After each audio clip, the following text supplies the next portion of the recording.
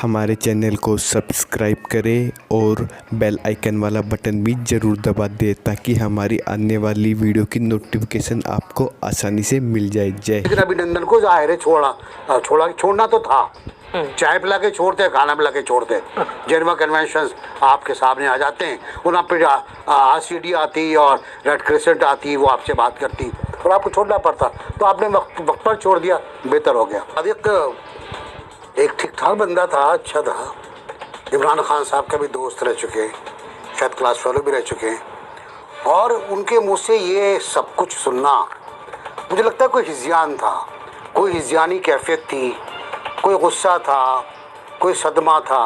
ये बिल्कुल ऐसे ही जब मैं कह दूं कि जब नवाज़ शरीफ को हटाया गया, नवाज़ शरीफ को इक़्तिदार से छोड़ना पड़ा, तो अयाज सादिक को बेहोश हो गए थे। अयाज सादिक बेहोश हो गिर पड़े थे, उनके पसीने छूट गए थे और वो घर से भाग गए थे। बिल्कुल ऐसे ही है कि हीरो पर मैं बात कर लूँ, लेकिन मैं समझता यूँ जनरल साहब ने बहुत टोक अंदाज में बात की है कि ये नाकाबिल कबूल है, ये हमारे लिए नाकाबिल बर्दाश्त है। हम जानते हैं, उस दिन भी मेरी आपसे बात हुई थी कि हमारे तैयारों ने किस खूबसूरती के साथ, किस प्रोफेशनलिज्म के साथ, किस हुब्बुल वतनी के साथ मकबूजा कश्मीर में वो इलाका, उस इलाके में गए जहाँ इनका गैरेजन था, जहाँ इनके अड्डे थे, जहाँ इनके ठिकाने थे, और 6 टारगेट्स को ज़ीरो किया, ज़ीरो करके वार्निंग दी और वार्निंग करके इधर उधर गोले मार दिए कि हम ये भी कर सकते हैं, और वापस आ गए।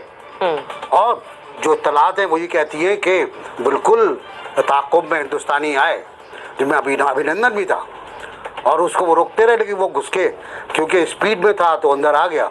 और हम वो उसी छोड़ना तो था। चाय पिला के छोड़ते, खाना पिला के छोड़ते। जेनेवा कन्वेंशन आपके सामने आ जाते हैं, वहाँ पे RCD आती और रेड क्रिसेंट आती, वो आपसे बात करती और आपको छोड़ना पड़ता, तो आपने वक्त पर छोड़ दिया, बेहतर हो गया। अयाज सादिक का बयान बहुत तकलीफदेह है, काबिल मजम्मत है, लेकिन मैं एक तरफ और तवज्जो आपके दिलाऊंगा कि पुलवामा में हमारा कोई हाथ नहीं था। हमारी फौज, हमारी हुकूमत, हमारी कौमी सलामती की पॉलिसी ये नहीं है कि हम दहशतगर्दी करें, कि हम लोगों पर अटैक करें, हम लोगों पर बम मारें। हम पुलवामा में हमने किसी कन्वाय पर हमला नहीं किया, किसी फौजी कन्वाय को टारगेट नहीं बनाया, हमने ऐसी कोई हरकत नहीं की जिसको हम कहें कि हमने पुलवामा जीत लिया। फवाद चौधरी क्या कह रहे हैं आज कौमी असेंबली में खड़े होकर, मैं दोहराना नहीं चाहता वो जुमले जिससे इंडिया फिर खेल रहा है।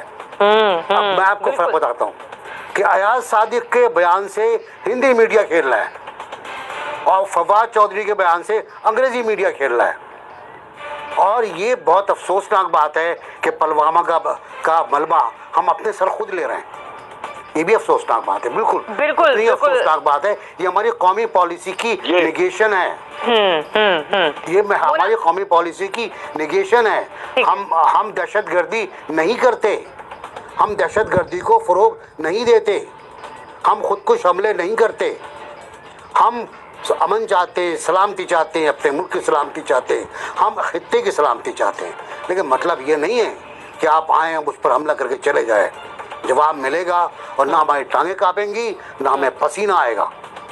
ये कौम बड़ी पागल कौम है, अजीब व गरीब कौम है, कितने ही इख्तलाफात ये कौम के हों, ये अपनी फ़ौज के पीछे ऐसे खड़ी होती है।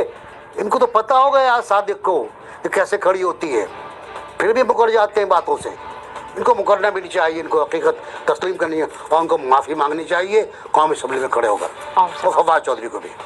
मैं फवाद चौधरी साहब के भी बयान पर आती हूँ। जनरल साहब कुछ कहना चाह रहे हैं? जी जनरल साहब।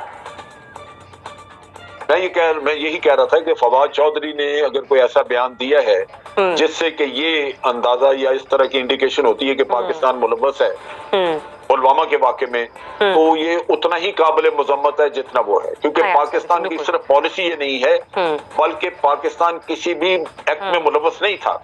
देखिए, एक चीज मैं वाज़ेह कर दूं, वो इंटेलिजेंस एजेंसी कहलाने की हकदार नहीं है जो अपने मुल्क से भेज के किसी जगह को दहशतगर्दी कराए। इंटेलिजेंस एजेंसी हमेशा वहां से लोग लेके वहां कराती है ताकि अगर पकड़ा जाए, मारा जाए तो उधर का आदमी हो। सो यहाँ से हमें पता था कि ये बगराम जेल से पाकिस्तानियों को लेके गए हैं जो जहाद के नशे में शौक में छलांगे मारते हुए अफगानिस्तान गए, उनको रॉ लेके गई, रॉ ने वहां पे उनको कैद कराया और जेल से लेके जाते हैं उनको, और वहां पे जाके उनसे ये फॉल्स फ्लैग ऑपरेशन करवाते रहे, पठानकोट का भी और दूसरे भी, उड़ी वाला भी। अब इन ऑपरेशंस में जो उन्होंने खुद अरेंज किए, इसका मलबा अगर हम खुद अपने तौर पे ले लें, जिस तरह के मैं मियां नवाज शरीफ को क्रिटिसाइज करता हूं कि उन्होंने बॉम्बे के वाक़े का अपने ऊपर लिया और कहा जी हमें भेजने चाहिए थे, ये मैं आज दिन तक समझता हूं कि एक सिटिंग प्राइम मिनिस्टर ने बिल्कुल जुल्म किया अपने मुल्क के साथ। और अगर फवाद चौधरी भी उठ के यही बात करे वहां पे, तो फिर इनका और उनका फर्क क्या रहा? ये हुकूमत में बैठ के अगर इस तरह की फजूलियात बोलेंगे तो इनके भी मुंह बंद उसी तरह करने चाहिए। चले, मैं मोना से इस बारे में कमेंट लेती हूं। मोना, मैंने फवाद का टैक्स भेज दिया है। मोना, यही मसला है, जैसे कि मैंने सवाल जब मैं बात करना, मैंने ग्राउंड बनाया कि हमने किस तरह से मामला पर गुफ्तगू करनी है। हमारे पॉलिटिशियंस जोशी खताबत में ही भूल जाते हैं वो किस किस्म के बयानात दे रहे हैं, लेकिन बात में वहीं से आती है कि कहीं का एक्शन होता है तो रिएक्शन में फिर इस किस्म के बयानात आते हैं। अब मैं चाहूंगी कि फवाद चौधरी साहब वाले कमेंट में भी अपना तज्जिया दे दीजिए और अयाज सादिक वाले मामले पर भी। Thank you Dariyab. पता नहीं कहाँ से करूँ, ये बात बिल्कुल सही है। पहले तो अयाज सादिक साहब पे बात कर लेते हैं, वो क्योंकि उनका बयान पहले आया, और ये जो भी नसीम साहब भी एक गालिबन बात की उन्होंने की थी कि ये कड़ी नजर आ रही है, क्योंकि उससे पहले हमने देखा ओवैस नूरानी साहब का बहुत अजीब सा एक बयान था जो उन्होंने बलूचिस्तान में दिया था, फिर उन्होंने कहा उस पर बैक ट्रैक हुए, फिर ये अयाज सादिक साहब का बयान, आज बल्कि एक और बयान का इसमें इजाफा कर लें, ये सेनेटर अताउर रहमान साहब ने भी आज एक ऐसी बात की है कि जिसका कोई आप समझें कि राइम और रीजन नहीं है, और बहुत शर्मनाक और बहुत ही जिसे कहते हैं खतरनाक बयान है।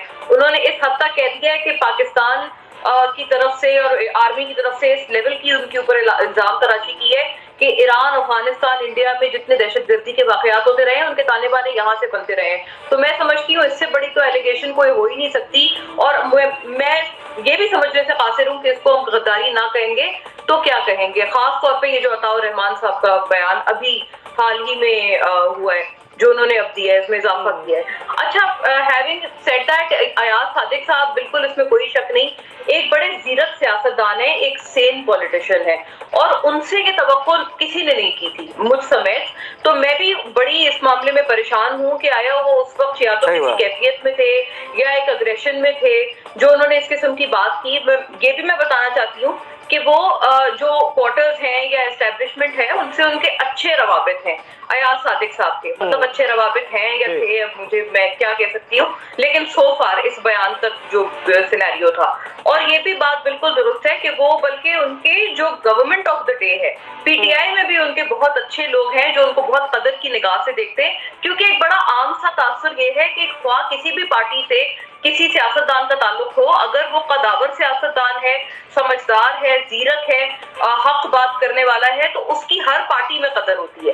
तो अयाज सादिक साहब उन लोगों में से थे। मैं समझने से कासिर हूँ कि उन्होंने किस फेज में ये कल वाला अपना बयान दिया है। आज उन्होंने हत्ता ये उस पर वजाहतें वो पेश करने की कोशिश कर रहे थे, ये कह रहे थे कि सियाक व सबाक से हटके इंडियन मीडिया ने उनका बयान पेश किया। ये बिल्कुल बात गलत है। वो जो कह रहे थे वो वाकई वही कह रहे थे जो हम तमाम ने सुना है।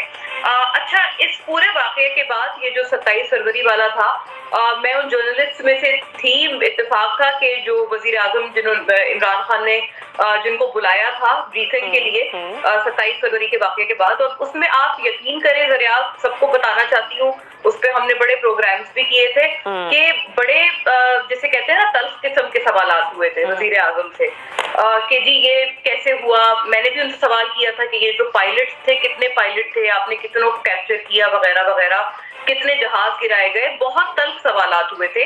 देखिए, बहुत दो टोक बात है, इसमें तो कोई इख्तिलाफ है ही नहीं कि हमने अभिनंदन को वापस इसलिए किया था ताकि डी एस्केलेशन हो सके, इसीलिए किया था ना। ये तो पाकिस्तान का बाकायदा ऑफिशियल इस पे मौक़िफ़ है कि हमने इसलिए किया था कि भारत कोई मिस एडवेंचर चाह रहा था। ये बात बिल्कुल सही है कि भारत किसी हमले की फिराक में था, लेकिन कतई हम उससे डरे नहीं थे।